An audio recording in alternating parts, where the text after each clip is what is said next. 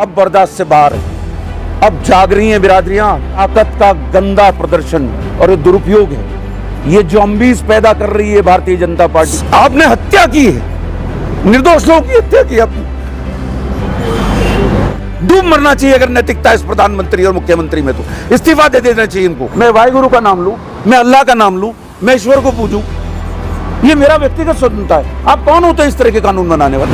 बेवकूफ नहीं बने थे 70 सालों में, जितने बढ़िया तरह से इन्होंने बनाए। हिडन एजेंडा है। आप तो देश बेचने पर निकल गए हो, पूरी तरह से इस देश को बर्बाद करने की तरफ ले जा रहे हो। अब बर्दाश्त से बाहर है। अब जाग रही हैं बिरादरियां। हालिया जो आके योगी जी ने मेयर बोझ प्रकरण में इस कुशान कुनबे को तोड़ने की कोशिश की है, मैं भर्त्सना करता हूं। ये हमें राष्ट्रवादी और राष्ट्रभक्त या राष्ट्रद्रोही होने के सर्टिफिकेट बांटने के लिए नहीं आए। हम इन्हें नारंगी खटमल कहते हैं और ये नारंगी खटमल खत्म होगा, ये वचन, अहद और वादा है मेरा। धन्यवाद।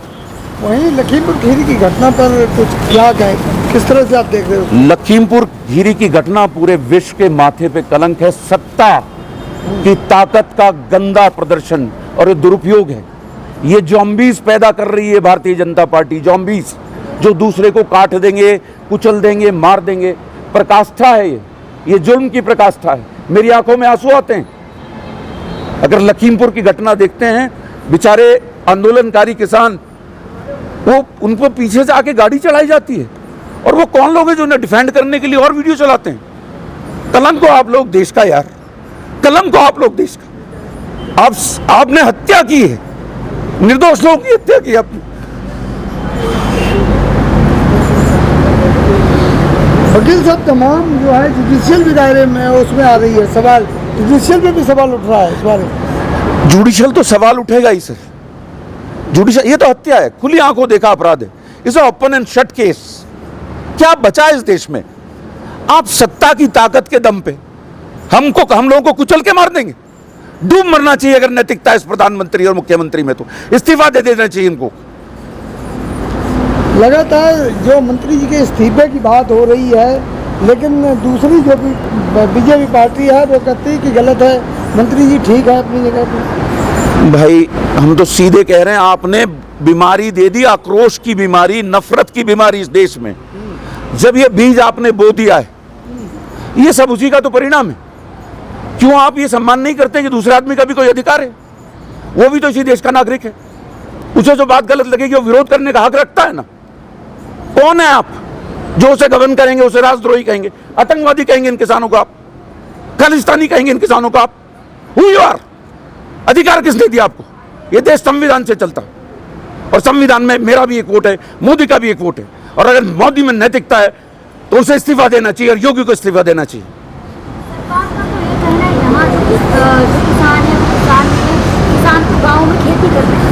सरकार किसान की डेफिनेशन ही नहीं जानते।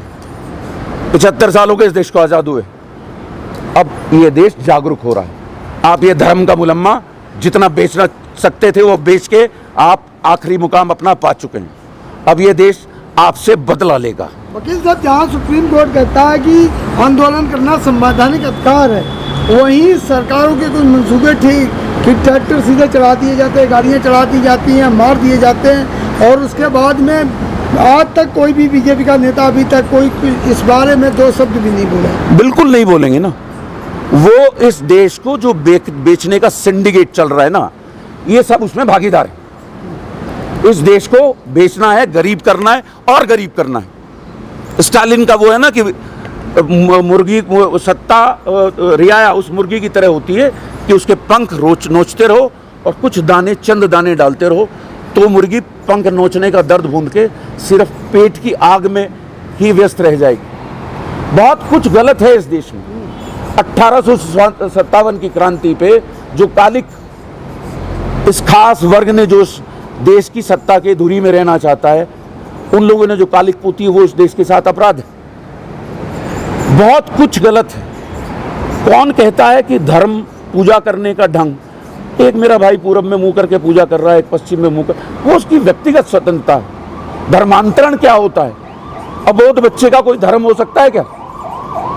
आप क्यों तय कर सकते हैं? मुझे आध्यात्मिक शांति है, धर्म और पूजा करने के ढंग का मतलब तो मेरा अधिकार है कि मुझे आध्यात्मिक शांति कैसे मिले।